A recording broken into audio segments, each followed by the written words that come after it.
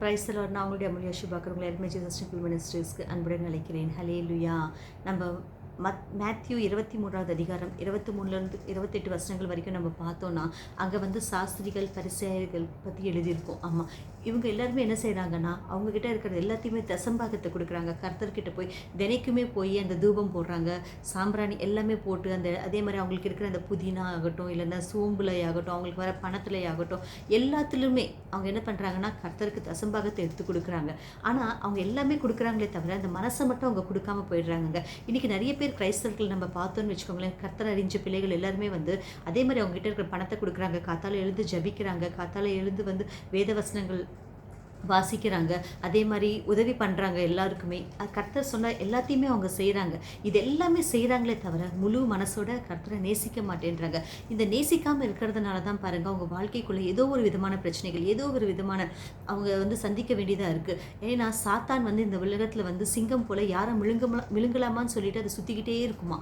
அதனால வந்து அவனுக்கு வந்து அவகாசத்தை கொடுக்குறாங்க. அந்த உலக வாழ்க்கையிலையும் அவங்க இருக்காங்க, கர்த்தருக்குள்ளேயும் வந்து கர்த்தர் சொன்னதை அவங்க செய்கிறாங்க நினச்சிக்கிட்டு இருக்காங்களே தவிர அவங்க வந்து அந்த சரீரத்துக்கு சம்மந்தப்பட்ட மாதிரி, அதாவது பணம் தானே கொடுத்துடலாம், இல்லைனா இதில் தசம்பாகம் தானே கொடுத்துடலாம், இந்த மாதிரி தான் யோசிக்கும். ஆனால் மனசுக்கு சம்மந்தப்பட்டதை அவங்க செய்ய மாட்டேன்றாங்க. கர்த்தர் வந்து மேலே இருக்கிற அந்த உருவத்தை பார்க்கக்கூடியவர் கிடையாதான், நம்ம உள்ளே இருக்கிற அந்த மனசை மட்டும்தான் அவர் பார்ப்பாராங்க. அந்த உள்ளே இருக்கிற மனசு நம்ம கர்த்தருக்கு நம்ம கொடுத்தா மட்டும்தான் வந்து நம்ம கர்த்தருக்குள்ளே நிற்க முடியும். இல்லைனா நம்ம கர்த்தருக்குள்ளே இருக்கும்னு நினச்சிக்கிட்டே இருப்போமே தவிர ஆனால் முழுமையாக கர்த்தருக்குள்ளே இருக்கவே மாட்டேன். ஏன்னா கர்த்தர் அதான் சொல்கிறாரு, நீங்கள் என்ன செஞ்சாலும் சரி, என்ன நேசிக்காமல் நீங்கள் உங்களுடைய என்னதான் பண்ணாலும் சரி அதை நான் ஏற்றுக்க மாட்டேன்னு சொல்கிறார் அவர். இன்றைக்கி உண்மையாகவே நிறைய பேர் நம்ம கிரைஸ்தவர்களை பார்க்குறப்போ அவங்க வாழ்க்கையில் பாருங்கள் என்னென்னமோ செய்கிறாங்க கர்த்தருக்காக, ஆனால் அவங்க குடும்பத்தில் ஏதோ ஒரு பிரச்சனை அவங்க சந்திச்சுட்டே இருக்காங்க.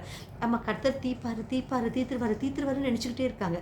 நீ உன் மனசை நீ கர்த்தருக்கு கொடுக்குற வரைக்கும் உன்னுடைய பிரச்சனை தீராது. உன் மனசை நீ வந்து கர்த்தர்கிட்ட வந்து அர்ப்பிக்கிற வரைக்கும் கூட நீ அவர்கிட்ட கீழ்ப்படிஞ்சு, தேவனே இதெல்லாம் இல்லை, இதெல்லாமே நீ எனக்கு கொடுத்தது தான் தவிர நான் உனக்கு கொடுக்கறது பெரிய விஷயம் கிடையாது, ஆனால் நான் என்னால் கொடுக்க முடிஞ்சது என்னுடைய மனசு மட்டும்தான் உனக்கு, அந்த மனசை நான் உனக்கு கொடுக்குறேன்ப்பான்னு சொல்லி நம்ம எப்போ அவர்கிட்ட போய் நிற்கிறோமோ அப்போ மட்டும்தான் நம்ம வாழ்க்கையில் இருக்கிற அந்த பிரச்சனைகள் எல்லாமே நம்மளை விட்டு விலகி போகுங்க.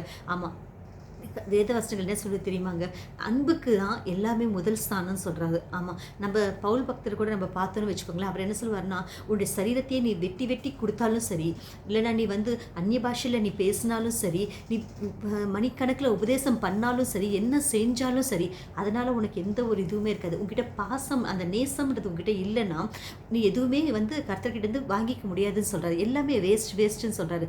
இன்றைக்கி அதான் சொல்கிறார் கர்த்தர் கூட, நான் உங்களை நேசித்து அந்த பரலோகத்தில் இருந்து இறங்கி வந்து நான் உங்களுக்காக வந்து என்ன நானே வந்து பலியாக கொடுத்துக்கிட்டேன் இல்லையா, நீங்களும் என்னை நேசிங்க, என்னை நேசிச்சப்போ மட்டும்தான் உங்களுக்கு அந்த ஆசீர்வாதம் கிடைக்கும்னு சொல்கிறார் அவர். ஆமாம், இன்றைக்கி நம்ம கர்த்தர் சொன்ன அந்த 2 கட்டளைகள் கூட நம்ம பார்த்தோன்னா பாருங்கள், முதல்ல என்ன சொல்கிறார் அவர், முழு மனதோட என்ன சொல்லணும், நம்ம முழு மனதோட கர்த்தரை நம்ம நேசிக்கணும்னு சொல்கிறார் அவர் இல்லையா. அதே மாதிரி நம்ம என்ன செய்யணும்னா, அந்த முதலுடைய அந்த சொன்ன அந்த கட்டளையை நம்ம கண்டிப்பாக அதை வந்து ஏற்றுக்கிட்டு தான் ஆகணும். அதை ஏற்றுக்கிட்டு அதை நம்ம ஃபாலோ பண்ணால் மட்டும்தான் நம்மளுடைய வாழ்க்கையில் வந்து கண்டிப்பாக கர்த்தர் என்ன செய்வார்னா அந்த ஆசீர்வாதத்தை நம்ம கொடுப்பாரு. அதை நம்ம எப்போ ஃபாலோ பண்ணாமல் விட்டுடுறோமோ கண்டிப்பாக அந்த ஆசீர்வாதம்ன்றது நம்மக்கிட்ட வராதுங்க. ஆமாம், நம்ம முழு மனசோட நம்ம அந்த ஃபுல்ஃபில் ஆன அந்த முழு மனசோட வந்து நம்ம அவர்கிட்ட போனால் மட்டும்தான் அந்த ஆசீர்வாதம் கிடைக்குங்க. இல்லை நமக்கு அந்த ஆசீர்வாதம் கிடைக்கவே கிடைக்காது. 2வது நாடகத்தில் நம்ம பார்த்தோன்னா 25வது அதிகாரத்தில் 2வது வருஷத்தில் ஒன்று இருக்கும். அவத்தியான்ற ஒரு ராஜா வந்து என்ன பண்ணுவாராம், அவர் கர்த்தர் சொன்னது எல்லாமே செஞ்சாராம். ஆனால் அவருடைய முழு மனதோட வந்து கர்த்தரை வந்து சொன்னது அவர் முழு மனசை வந்து அவர் கர்த்தருக்கு கொடுக்கலன்னு சொல்லி அங்கே எழுதியிருக்கோங்க. ஆமாம், ஏன்னா வந்து பாருங்கள், அந்த ராஜா வந்து கர்த்தர் சொன்னது எல்லாமே அவர் செஞ்சார், ஆனால் அவருடைய மனசை அவர் கொடுக்க மறந்துட்டாராம். அதனால தான் வந்து அந்த லிஸ்ட்டில் வந்து அவர் நிற்காமல் போயிட்டார். இன்றைக்கி நம்ம கூட நிறைய பேர் வந்து நம்ம கர்த்தர் சொன்னது எல்லாமே செய்கிறோம், ஆனால் முழு மனசை அவருக்கு கொடுக்காமல் இருக்கிறதுனால நம்ம கூட ஏதோ ஒரு சமயத்தில் ஏதோ ஒரு சாத்தான் கையில் நம்ம மாட்டிக்கிட்டு ஏதோ ஒரு பிரச்சனையில் நம்ம முழிச்சிட்ருக்கோம்.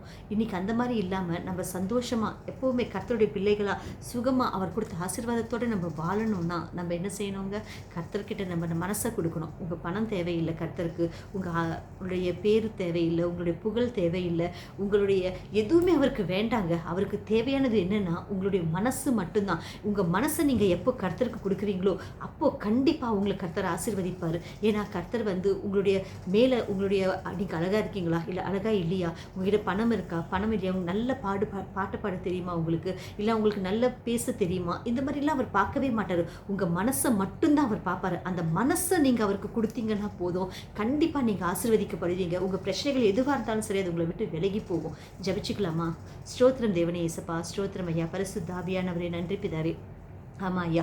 ஐயா, நாங்கள் எல்லாத்துலேயுமே உங்களுக்கு கொடுக்கறதுக்கு முன்னாடி வருமே தவிர எங்கள் மனசை கொடுக்கறதுக்கு மட்டும் நாங்கள் முன்னாடி வரமாட்டேன்றோம் பிரபு. ஐயா, இப்போவே அந்த எல்லாத்திலிருந்து எங்களை விடுதலை பண்ணி எங்களுடைய மனசை உங்கள் கையில் கொண்டு வரதுக்காக ஐயா, உங்கள் முன்னாடி அதை நாங்கள் நிறுத்தி வைக்கிறதுக்காக எங்களுக்கு கிருபையை காட்டுங்க தேவனே. உங்கள் ஆசீர்வாதத்தை காட்டுங்க தேவனே. நிம்மதியை கொடுங்க, சமாதானத்தை கொடுங்க. கூட வஷிக்கல்லா பரி கஷரா பரபா பரிசுத்த ஆவியானவரே, ஐயா ஆசீர்வதிங்க தேவனே. ஐயா ஆசீர்வதிங்க ஐயா. ஐயா, பிள்ளைகள் எல்லாரையும் ஆசீர்வதிங்க. எந்த பிள்ளை எந்த கஷ்டத்தில் இருக்கோ எல்லா பிள்ளைகளுமே நீங்கள் சந்திங்க தேவனே. ஐயா, இப்போவே அவங்களை சந்திச்சு அவங்க பிரச்சனைகள் இருந்து அவங்களுக்கு விடுதலை கொடுத்து நிம்மதி சமாதானத்தை கொடுங்க ஐயா, இயேசு கிறிஸ்துவின் நாமத்தில். ஐயா இப்போவே அவங்களை சந்திச்சு அவங்களுக்கு ஆசீர்வாதத்தை கொடுங்க தேவனே, இயேசுவின் நாமத்தில். ஆமேன்.